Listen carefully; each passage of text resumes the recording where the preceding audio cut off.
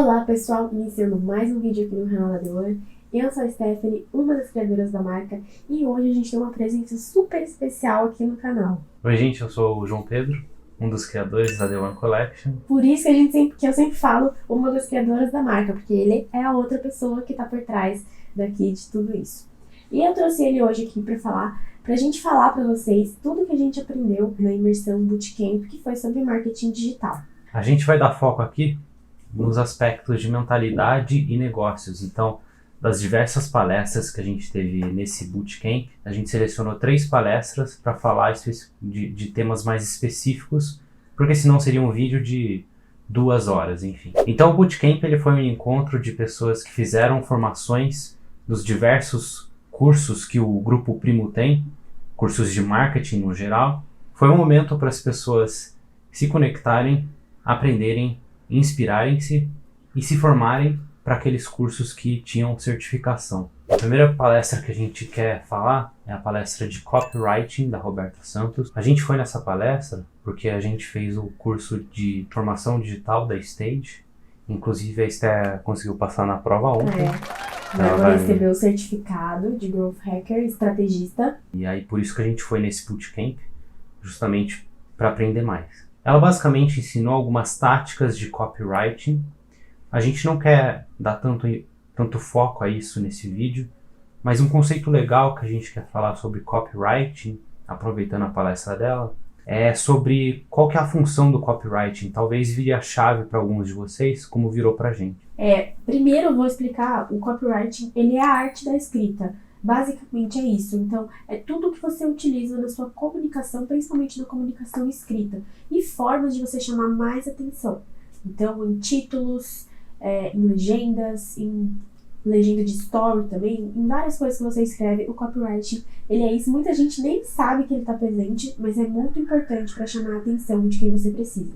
Então, você pega, por exemplo, no mercado B2B, ou seja, no mercado em que tem uma empresa vendendo para outra empresa. Geralmente isso é feito através de vendedores. O vendedor vai até o cliente, seja por telefone, presencialmente, entende a situação do cliente e oferece uma solução final para aquela situação do cliente em potencial. Agora, como é que a gente faz no mercado B2C? Para as pessoas no geral, para o mercado geral. Não tem um vendedor chegando para cada pessoa e vendendo Doritos. Isso é feito em massa. Como que isso é feito em massa? Através do copywriting.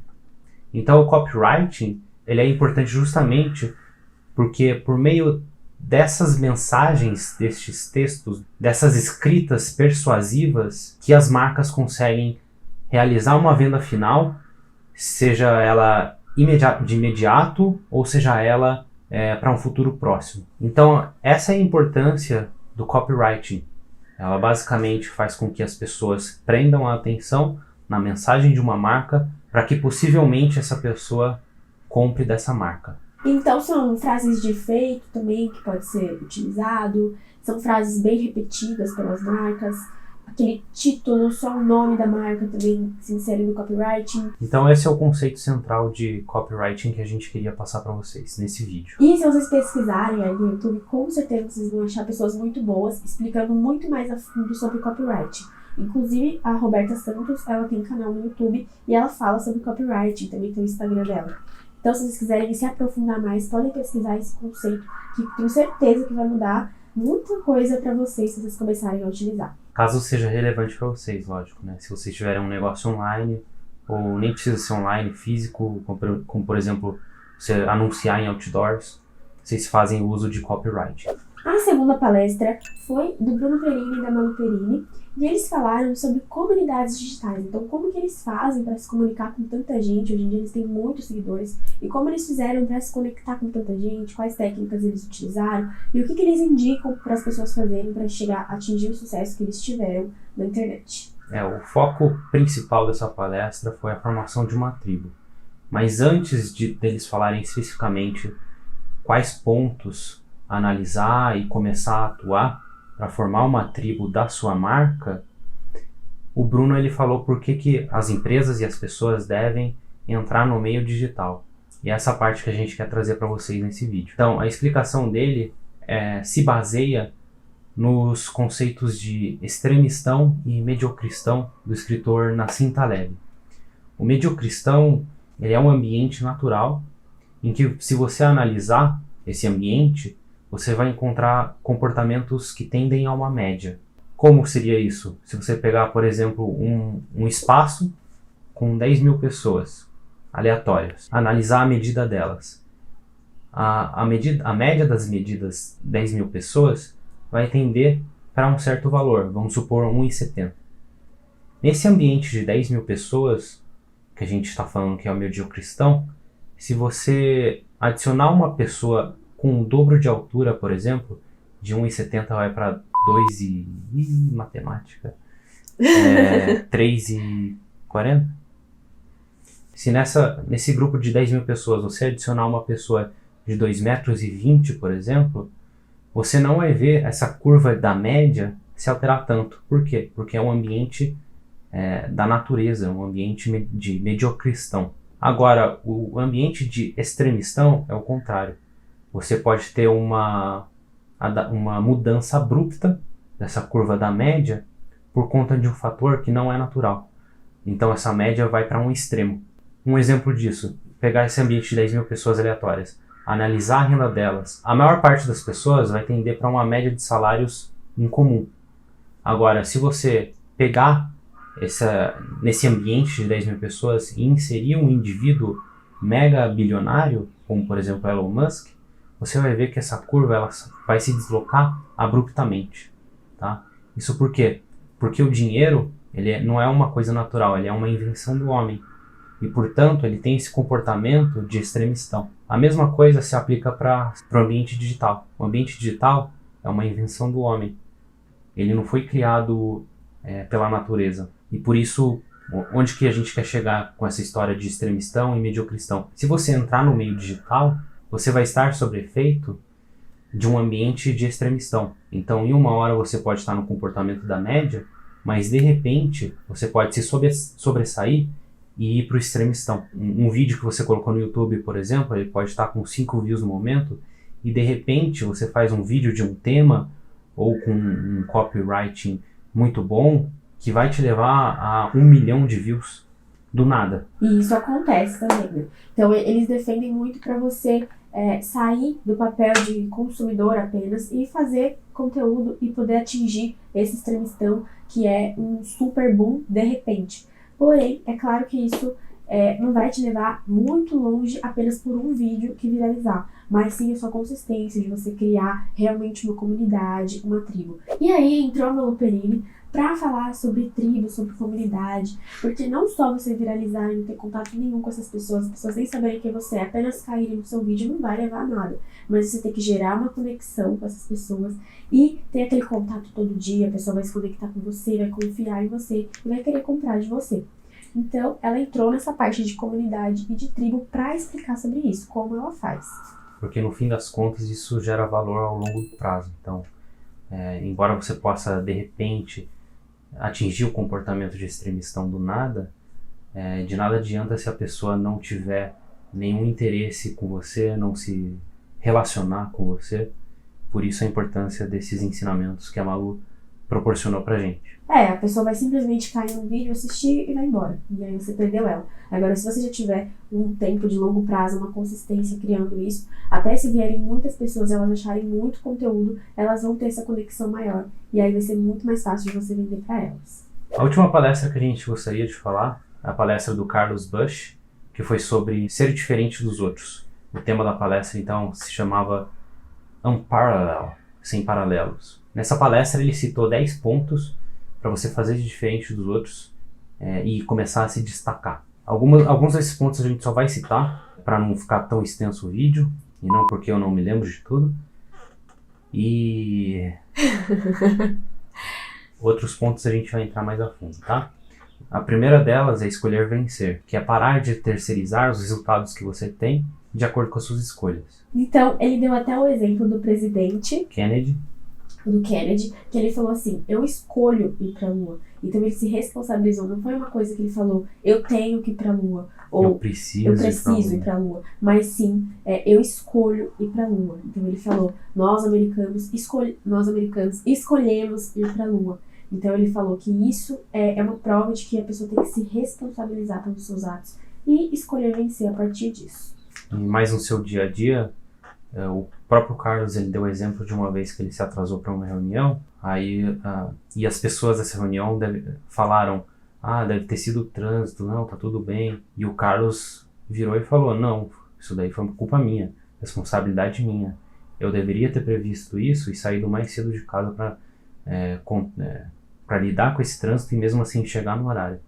Então seria uma escolha dele, ele não está terceirizando a culpa, ele está assumindo responsabilidade. Até porque quando você terceiriza, você se coloca num lugar apenas de ouvinte e aí você não consegue mais resolver nada, porque sempre vai partir dos outros. Então quando você se responsabiliza, você vai lutar para você mudar o que está acontecendo, porque você é o responsável. O segundo ponto que ele abordou é ter alta performance. A performance no longo e médio prazo ela aparece, enquanto que as pessoas acham que ser empreendedor, conquistar altos cargos é muito fácil, é uma coisa que acontece de repente. Essa é uma visão muito romantizada, mas na verdade é a performance ao longo do tempo que garante o seu fruto no futuro. Então ele falou de médio e longo prazo, não adianta querer fazer uma coisa, se frustrar porque não deu certo e desistir, mas tudo é de consistência, de novo voltando à consistência, mas de médio e longo prazo. Então a performance na verdade é isso, não é uma coisa assim e depois que vai cair, entendeu? A performance é médio e longo prazo. A consistência e a disciplina que vão te levar a ter maiores frutos no futuro. O terceiro tema que ele falou lá na palestra é enxergar a vida de outra forma. Então mostrar seus valores, deixar eles bem claros, expostos. E você sempre usar o valor para você retornar aquilo que você realmente é. Então você ter os seus valores claros vai te ajudar em todos os momentos, quando você estiver para baixo, quando você estiver em alta, você manter sempre os seus valores com você durante todo o processo. E você respeitar todo o processo. Então lá na própria palestra ele passou um vídeo do Steve Jobs. Quando ele acabou de retornar na Apple, ele falou sobre o que aconteceu no passado, mas que a Apple mantinha os seus valores. Quais eram eles? Que ela era uma empresa para as pessoas que pensavam diferente. E assim surgiu a campanha Think Different da Apple. Então ele se ateve aos valores, mesmo após tantos anos fora da Apple. O quarto tema da palestra do Carlos é se permitir a fazer coisas novas. Então realize coisas diferentes para ter perspectivas diferentes e novas ideias. Até porque você só consegue um resultado diferente se você faz coisas diferentes. Se você faz sempre a mesma coisa do mesmo jeito, você não vai conseguir um resultado diferente. Então, testar, às vezes olhar por uma outra perspectiva, testar uma coisa que você nunca fez antes, às vezes pode te levar a um lugar muito diferente e muito maior de onde você está hoje. O quinto ponto que o Carlos introduziu na palestra dele é para respeitar o processo. Tem uma série de estágios que a gente tem ao longo da criação de um negócio, e no fim das contas a gente pode até fazer um paralelo com a sua própria vida, tem uma série de estágios na vida, mas que esses estágios do seu negócio eles têm que ser respeitados. E isso pode ser com várias coisas que acontecem, com várias situações, tanto para um negócio como com algum problema que você tem para enfrentar. Então ele falou de 6 estágios que a gente passa por um problema, ou quando a gente está tentando uma coisa nova. Então, geralmente começa com aquele otimismo competente, que é quando você está super empenhado para fazer acontecer. Aí você vê que no começo é natural que não dê tanto resultado quanto você espera, aí vira aquele pessimismo. Porém, o pessimismo tem que ser competente nessa fase. E aí ele fala que é natural que, mesmo que venha o pessimismo é competente, então a gente continua ali fazendo. Aí, depois do pessimismo competente, você se cansa muito e acaba entrando na fase do desespero. E daí a curva é assim, você entra na fase do desespero, que é a fase 3. Se você persistir e continuar um pouquinho mais, você vai voltar para o otimismo competente, que daí é quando começa a vir resultado e você tem o otimismo competente. Passando dessa fase do otimismo competente, aí sim você atinge a performance e depois a alta performance. Então, o que ele diz basicamente nessa parte da palestra, nesse tópico, é para você continuar mesmo quando você está desanimado, porque isso vai te levar passando dessa fase de desespero, você atingir resultados muito maiores. Esse não é um processo 100% natural, você tem que esforçar, tá bom?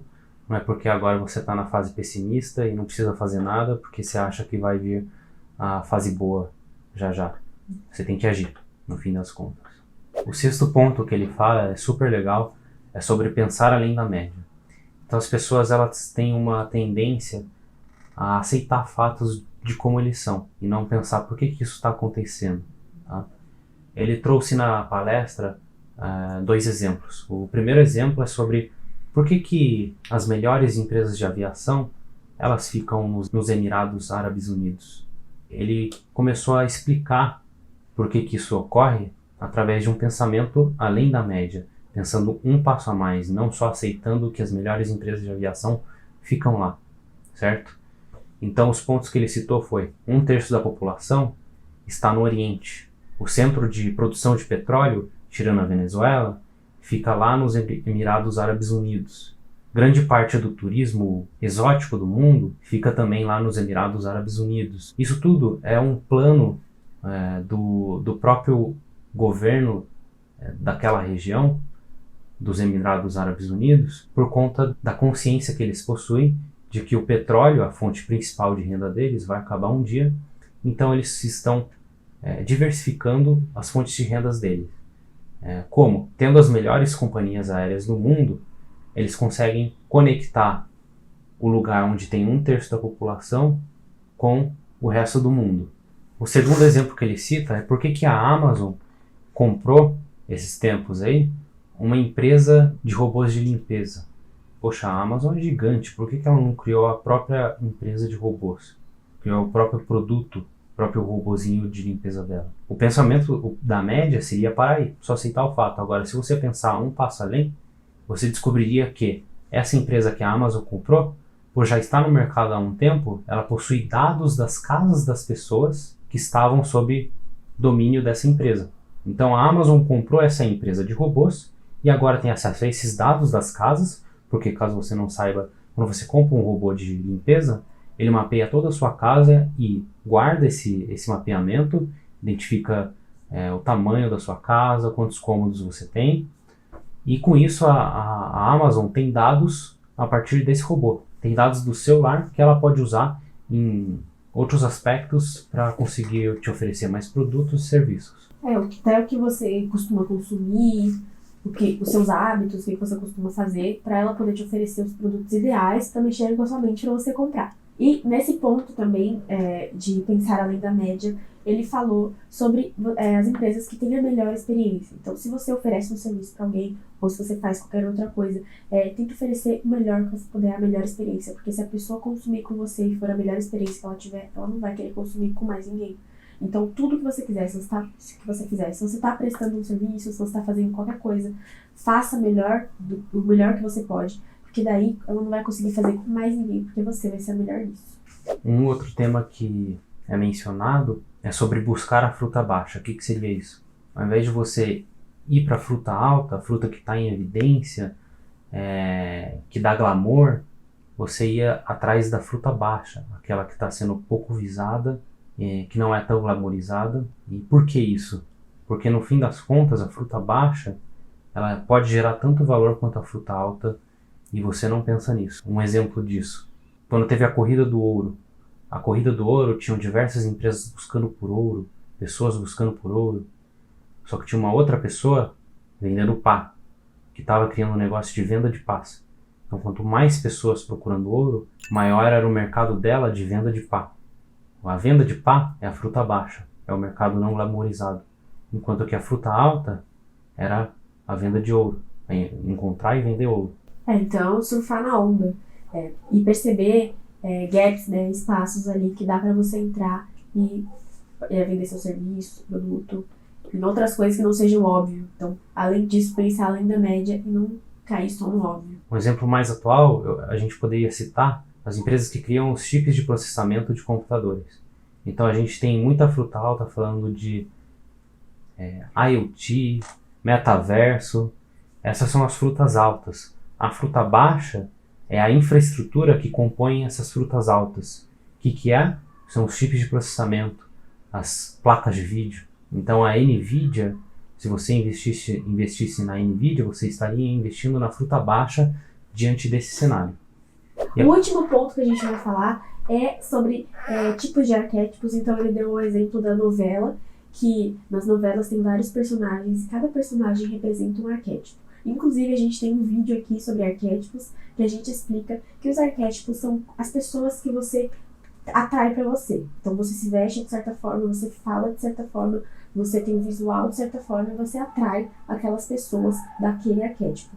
Então, as pessoas, elas torcem pelos arquétipos que elas se identificam. Então, se você conseguir acessar o arquétipo que você tem interesse em atrair, você vai conseguir fazer com que as pessoas torçam por você. Então, essa foi a dica dele. Você entender um pouco mais sobre arquétipos e utilizar ele a seu favor. Na The One Collection, você consegue encontrar roupas para vocês acessarem os arquétipos de governança, herói e sábio. Então, visitem a loja. Então, esse foi o vídeo de hoje, gente. Espero que vocês tenham gostado. Espero que vocês utilizem já a partir de hoje na vida de vocês tudo que a gente trouxe. São pontos, às vezes parece simples, mas são muito importantes. Se você aplicar, já vai fazer uma total diferença. Então, se inscreve aqui no canal para receber os nossos próximos vídeos e curta se esse vídeo te ajudou. E a gente tá sempre por lá também no Instagram. Então, segue a gente no Instagram, que a gente fica muito mais próximo de vocês. E comenta se você quer saber alguma outra coisa, se você está com dúvida de algum ponto também, que a gente vai adorar ajudar vocês. Um beijo e até o próximo vídeo.